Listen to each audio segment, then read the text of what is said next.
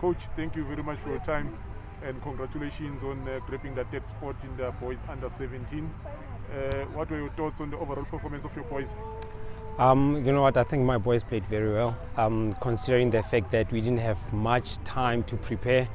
We only had 2 days before the camp, before coming here actually, to prepare. So it wasn't that enough, but I'm quite happy with the time that we spent with these boys. That 2 days made a big difference. I think they performed well. We came here, played our group stages, and considered 1 goal in the group stages out of the 4 games that we played. And honestly, I can only be happy for the performance up to so far. Coach, you come up here against teams from different provinces with different approaches to football. In your view, in terms of the teams that you played against, how would you gauge the Free State team's performance in terms of standard compared to other teams? You know what, honestly, Free State, we are not far off from other provinces. You know, provinces like Gauteng, your KZN, they're the provinces that are more advanced when it comes to development. And we can only push ourselves as coaches and as a province in general to do much. We've got a couple of focus schools in the province, and I think they're not enough, considering the fact that Free State is a very big province, and we've got in Bloemfontein, if I can mention, we've got only three focus schools of football.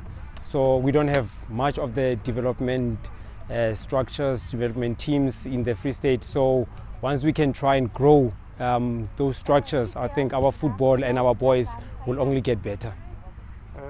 Many of us haven't heard much about you since your retirement. If you can just please tell us, I think if I'm correct, you retired in 2015. That's correct. Yes. So from 2015 up until now, 2022, 7 years later, yeah. What have you been up to? Honestly, the first 3 years I took a break from football, and I just concentrated on the family, because in football you never have time for family. I concentrated on family and my businesses, just to try and stay on my feet first. Then thereafter I went back to my first love, which is football. I'm now a coach. I'm coaching in one of the focus schools in Bloemfontein, one of the big schools in Bloemfontein, which is Grey College. And you know what, I'm very proud to have said that ever since my marriage with Grey College, I've seen a lot of improvement with the help of everyone that is within the structures of Grey College.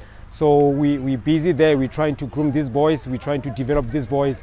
And again, I'm quite happy that out of the Grey College school, we could select 2 best players to come and play in this tournament, which is the number 7 Karabo, a winger, and the goalkeeper. So I can only be proud that if the fact that I've been involved with football, then I'm seeing progress with my boys coming to be involved and being selected in the provincial teams. So that is what I'm busy with at the current moment.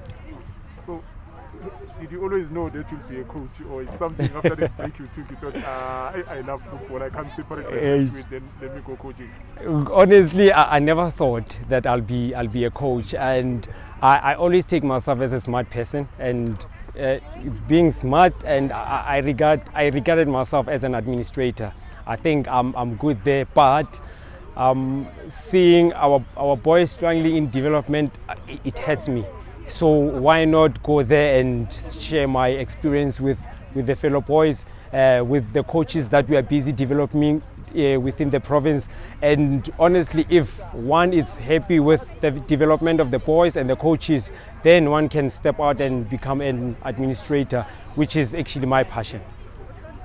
In terms of coaching, have you perhaps done any coaching courses so that you can maybe have the knowledge of coaching and gain those basics in terms of the courses? Yeah, honestly, yes. I've done my coaching levels. I'm now having a C license, so honestly, I'm pushing forward now. I want to go as far as the A license, so I'm not looking back. I cannot be one of the development coaches and wanting to share my experience with the other upcoming coaches and not have the utmost levels that I need. So I'm still pushing. I'm pushing for A. Then yes, there are a lot of programs that are happening in the Free State, and yes, we are being helped to make sure that we get proper licenses and structures.